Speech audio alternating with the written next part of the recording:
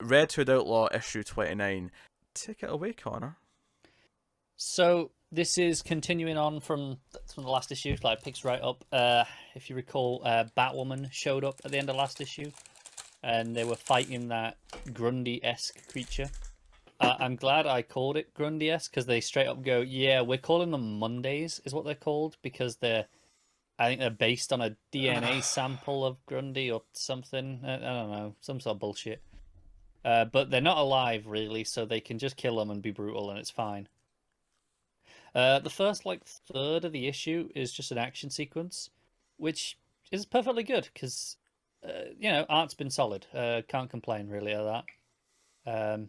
So I mean, if you ignore all the dialogue, it's perfectly good. The stupid back and forth banter is just terrible. It's terrible. I got no other word for it. At this point, we cut away to the diner from a couple of issues ago, where Red Hood caused a bit of a scene. It might have been last issue, I don't know. But we have that. If you recall, the fake-looking Batman, the knockoff, skulking around, kind of seeing what's happening. Basically, they find a van there from one of the guys there it's hijacked from Star Labs. It's full of all this stuff that Red Hood just left there for them to find, as if he's leaving a trail of breadcrumbs for them to follow. That's pretty much it from that stuff this issue. I think I'll find out if I get to any more that I remember anyway. But they cut back to Red Hood and Batwoman. They take a bike ride and they fighting a couple more of the things. Some more great art here is one point Red Hood whips out his chain, wraps it around the neck of one of the Mondays and decapitates him with it in a honestly gorgeous silhouette panel. It's really nicely done, that panel. There was a really weird thing actually that started this sequence off. Is the bottom panel is it's the two of them riding on the bike, and you see just this shadowy hand come up behind them, and then there's a sound effect that says grab, and then they're being thrown. The bike's he's got the bike and they're being thrown off it, but it felt really weird to have the grab in this panel before where he's not actually grabbing, and then the next panel it's just they're flying through the air. It was a really awkward thing there. I feel like I missed a beat. I probably wouldn't have questioned it without the sound effect though, because I'd have gone, oh, he appeared and then he grabbed them in the next moment. It was putting that there that threw me. So yeah, they're fighting a bit more, and they finally get to this the house where it's all going down. He gets there and he's ambushed by a bunch of assassins, and so he takes those out as you expect. This one's not a fancy fight scene; it's like 2 panels. And he gets inside and he's talking to the woman who's in charge, the pie lady from before. And it's like, oh, it turns out she's one of the Mondays as well, but a lot more advanced. But he knows because she's hitting hard enough that she can't be human.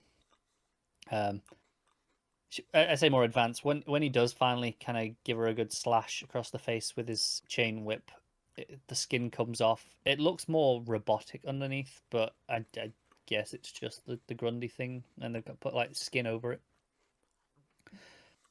But the whole thing is she's going, oh, you can't kill me. I've kidnapped all the villagers' kids, and they're all hidden away under a bunker somewhere in this property, and you'll never find it. And he just goes, oh, it's fine. Batwoman already found it. But I wouldn't be in here otherwise, so you're done now. And then he blows up the house. And that's the end of the issue. But they ride off. Renee comes and picks them up. Montoya's there for whatever reason, and they're both of them are presumably still in the next issue because they're taking Jason wherever he wants to go. It's a waste of time. There was a funny joke though that about, I don't think it was meant to be funny actually. I say funny to me. Batwoman's feeling bad about Jason's gone through his loss with Arsenal, and she goes, I never got Arsenal, but I know you two were close. Yeah, no one got Arsenal. That's why they ended up killing him. No one cared. I was going to make a joke there about Arsenal being his favourite team, but you went on to the next part to quit. But yeah, I don't think it's supposed to be that funny. You think with Batwoman, and She'd be a little bit more sensitive to that, being that she's in the Bat family and they're motivated by tragedy, right? Yeah, yeah. So, It was weird. I mean, oh, it was such a Jason. throwaway story. Art's mostly fine, like I said. Mostly pretty good, except for that weird sound effect moment, which really threw me off. Kind of pinch in my throat. But there is some nice silhouette sequences. But yeah, it's kind of shitty still. So it's like a 4.